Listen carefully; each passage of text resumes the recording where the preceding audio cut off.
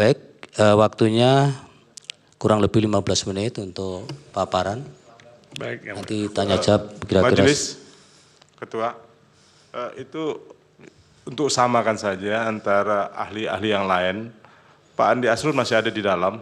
Iya, tadi memang mau kami ingatkan, tapi ya, makasih. Kemarin ahli yang lain pun kan kita beri kesempatan untuk kemas-kemas atau kalau sesuatu sedikit-sedikit harus diingatkan nanti kan juga ini privasi orang jadi. Nah itu sudah tidak perlu diingatkan sudah keluar beliau itu. Oke silahkan ahli waktunya karena untuk 2 perkara sekaligus bisa maksimal 15 menit. Nanti kira-kira 10 menit untuk tanya jawab. Baik, yang mulia. Bismillahirrahmanirrahim. Assalamualaikum warahmatullahi wabarakatuh. Yang mulia Majelis Hakim Mahkamah Konstitusi, yang terhormat pemohon, termohon, pihak terkait, dan hadirin sekalian. Izinkan saya menyampaikan keterangan sebagai ahli teori hukum pada persidangan yang mulia ini. Bahwa diketahui pengaturan kompetensi dalam hal pembagian kewenangan menyelesaikan perkara oleh Bawaslu dan Mahkamah Konstitusi merupakan implementasi konstitusional. Keadilan konstitusional ini merupakan kemanfaatan yang bersifat umum. Kemudian diturunkan melalui keadilan distributif, yakni keadilan dalam hal pembagian kewenangan. Pembagian kewenangan ini merupakan bentuk keadilan secara proporsional. Dalam pandangan Islam, keadilan itu adalah menempatkan sesuatu sesuai dengan tempatnya. Dengan demikian, harus tepat, harus patut, harus sesuai penempatan dengan tempat tersebut. Di sini menyangkut ruang dan waktu. Prajudi Al-Musudijo mengomentari keadilan distributif. Dikatakan olehnya bahwa ketidakadilan akan timbul jika mereka yang sederajat tidak diperlakukan secara sederajat. Dikatakan selanjutnya, jika orang-orang yang tidak sederajat diperlakukan secara sama atau seolah-olah sederajat, maka itu akan timbul ketidakadilan.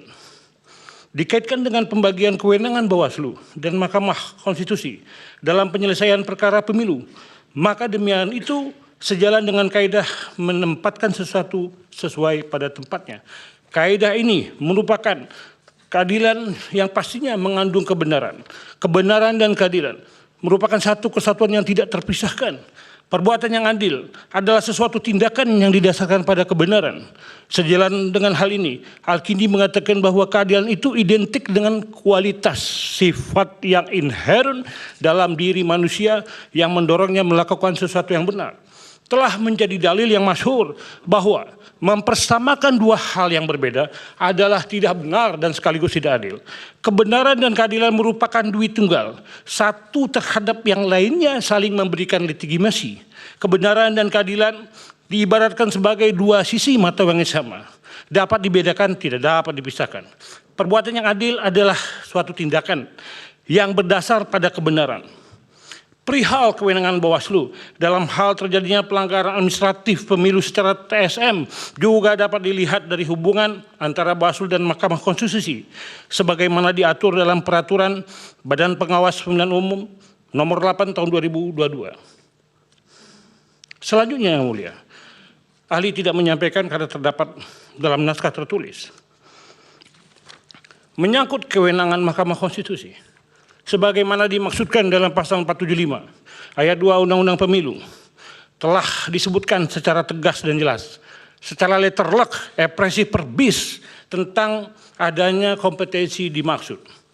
Pasal 42 ayat 2 yang ditempatkan secara tersendiri dalam bab 3 perselisihan hasil pemilu menyatakan keberatan sebagaimana dimaksud pada ayat 1 hanya, sekali lagi hanya terhadap hasil perhitungan suara yang memengaruhi penentuan terpilihnya pasangan calon atau penentuan untuk dipilih kembali pada pemilu presiden dan wakil presiden.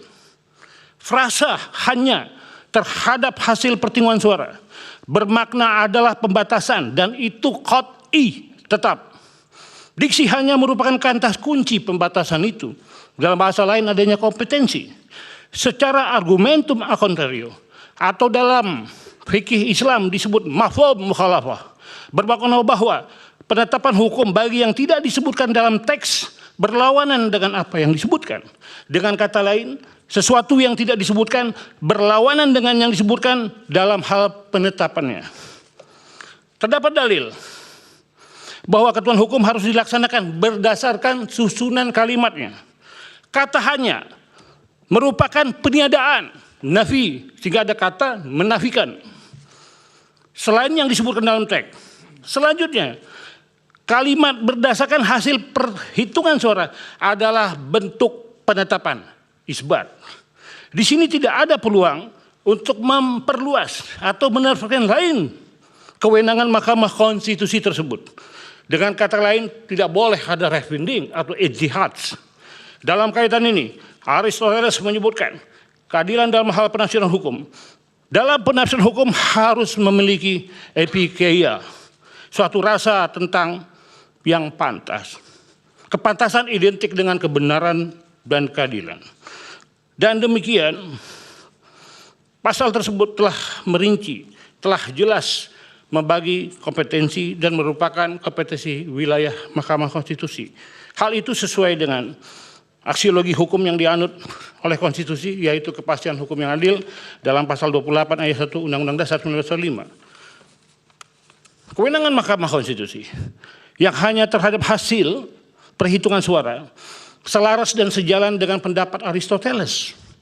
Menurut Aristoteles, keadilan korektif, yakni keadilan yang berkaitan dengan pembetulan, berkaitan dengan pemulihan terhadap adanya kesalahan, dalam hal ini perkara perhitungan suara.